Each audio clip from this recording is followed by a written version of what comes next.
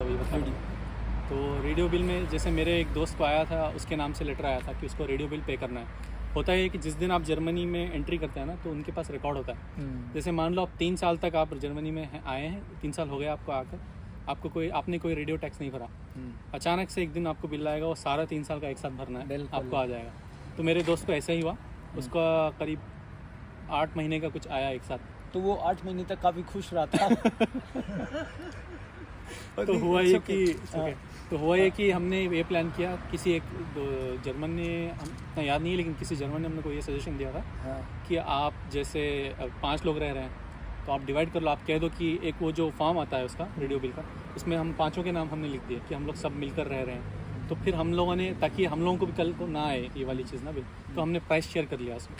तो ऐसा भी कर सकते हैं लोग अगर साथ में रह रहे हैं तो। अच्छा, ये लीगल तरीका है? ये लीगल तरीका। Oh great, good information. अगर आप एक ही अपार्टमेंट में रह रहे हैं, 4-5 लोग हैं, जितने भी लोग, तो सबका नाम लिख दो आप पेपर में, उसमें फॉर्म में, तो फिर आपके नाम से वो ट्रैक करना स्टार्ट कर देंगे।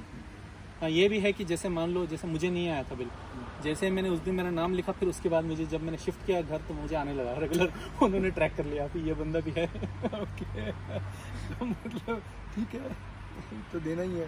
हाँ सर, रेडियो बिल होता है। और कचरा जो म्यूल होता है यहाँ पर, उसको फेंकने का एक तरीका होता है। जैसे हम इंडिया में हर चीज़ मिलाकर फेंक देते हैं, तो यहाँ पे होता है, एक होता है बयो में आप जो है ना, सिर्फ आपका जो रोज़मर्रा जो खाना पकाना आप करते हैं, जैसे फ्रूट्स हो गया, वेजीज हो गया, कुछ चीज़ें, वो आप बयो में डालेंगे तो जो मिट्टी बन जाएगा वापस। एग्जैक्टली, जो वेट वेस्ट हम जैसे कहते हैं। एक और होता है ड्राई वेस्ट। ड्राई वेस्ट में आपका बाकी जो भी, जैसे टिन कैन हो गया, ये सब आपका ड्राई वेस्ट में आ जाता है।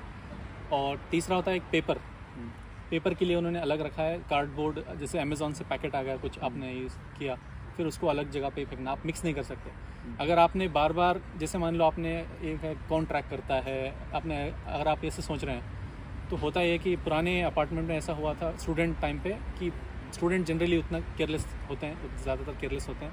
तो उन्होंने कचरा ठीक से हैंडल नहीं किया, तो जो अपार्टमेंट के जो कंपनी थी जो मैनेज कर रही थी, तो उन्होंने क्या किया, 10 यूरो रेंट बढ़ा दिया। तो उन्होंने बोला कचरे का बिल जो आपने जो ठीक से मैनेज नहीं, क्योंकि होता ये है कि आप कचरा अगर ठीक से नहीं सेग्रीगेट करते, तो जो कचरा ले जा रहा है उसको एक्स्ट्रा एफर्ट डालना पड़ता है कचरा सेग्रीगेट करने के लिए।